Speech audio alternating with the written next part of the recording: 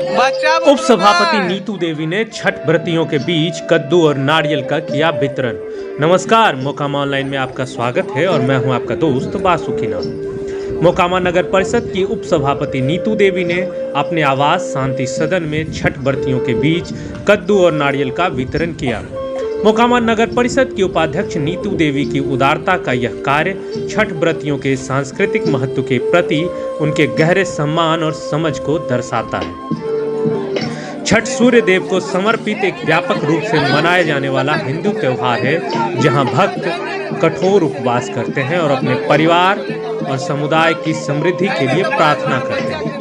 कद्दू और नारियल वितरित करके नीतू देवी न केवल पारंपरिक अनुष्ठानों के लिए आवश्यक वस्तुएं प्रदान करती हैं, बल्कि भक्तों की आध्यात्मिक यात्रा के लिए उनका समर्थन भी करती हैं।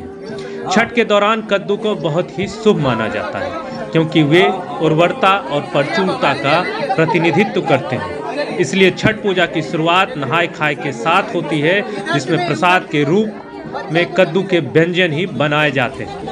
दूसरी ओर नारियल हिंदू धर्म में बहुत ही धार्मिक महत्व रखता है और अक्सर विभिन्न अनुष्ठानों में प्रसाद के रूप में उपयोग किया जाता है।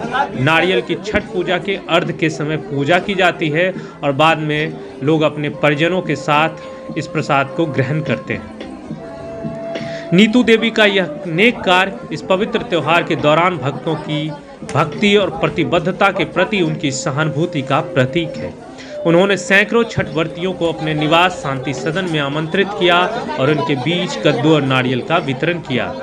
धार्मिक और सांस्कृतिक कार्यक्रमों में सक्रिय रूप से भाग लेकर अपने परिवार की परंपराओं की निष्ठावान अनुयायी होने के नाते नीतू देवी यह सुनिश्चित करती हैं कि सभी अनुष्ठानों और रीति रिवाजों में समाज के बीच जरूरतमंदों को सहयोग किया जाए।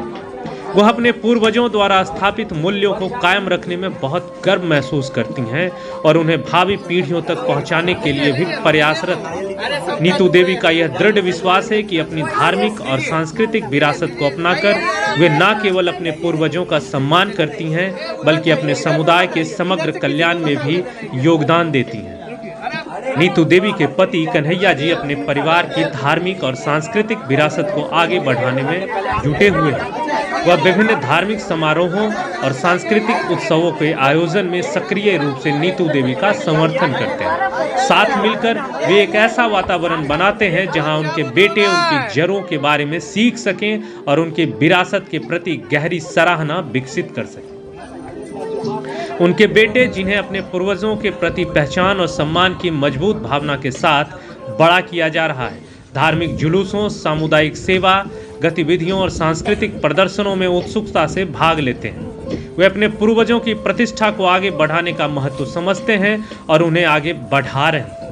नीतू देवी अपने परिवार की उस धार्मिक और सांस्कृतिक विरासत को भी आगे बढ़ा रही है, जो उनके पूर्वजों को गौरवान्वित होने का अवसर प्रदान करता है। उनके दादाजी स्वर्गीय सिया बाबू भी अपने विशाल हृदय और सौहार्दता के लिए इलाके में प्रख्यात थे। समाज में उनके कीर्ति की चर्चा आज भी की जाती है।